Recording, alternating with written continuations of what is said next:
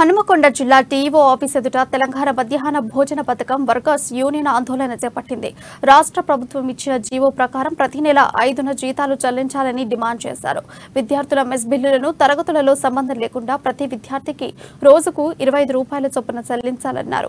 వంట కార్మికులను 4వ తరగతి ఉద్యోగులుగా గుర్తించాలన్నారు. వంట కార్మికులకు పని భద్రతా గుర్తింపు కార్డులు ఇవ్వాలన్నారు.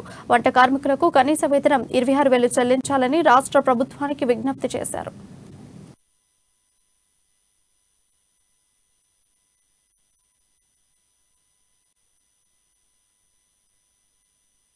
తెలంగాణ రాష్ట్ర మధ్యాహ్న భోజనం వర్కర్స్ యూనియన్ జిల్లా అధ్యక్షుడు ఈరోజు డిఓ కార్యాలయం ముందు రాష్ట్ర వ్యాప్తంగా అన్ని జిల్లాల్లో ధర్నా చేయాలని ఒకటి నిర్ణయం చేయడం జరిగింది.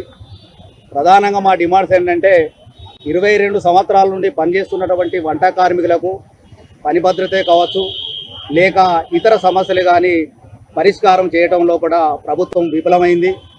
వీరికి చాలీచాలని జీతాలు 1,000 రూపాయలు మాత్రమే చెల్లిస్తుండ్రు. గౌరవ ముఖ్యమంత్రి గారు 2015 మార్చి లోపల 3,000 ఇస్తామని చెప్పేసి ఇంతవరకు కూడా అమలు పరుస్తున్నటువంటి సందర్భం లోపల మరి ఈ ధర్నా అనేది చేయడం జరుగుతుంది. కార్మికులు అంటోళ్ళు ఎందుకంటే రెక్కాడితే కానీ డొక్కాడినటువంటి కార్మికులు మరి ఈరోజు ప్రభుత్వం పిల్లలకు ఈ యొక్క మధ్యాహ్న భోజనం అమలు పరచడానికి వాళ్ళ జేబు గుంట మరి ఎన్నో వేల రూపాయలు ఖర్చు పెట్టి వంటలను మరి ఏదైతే అమలు చేస్తుందో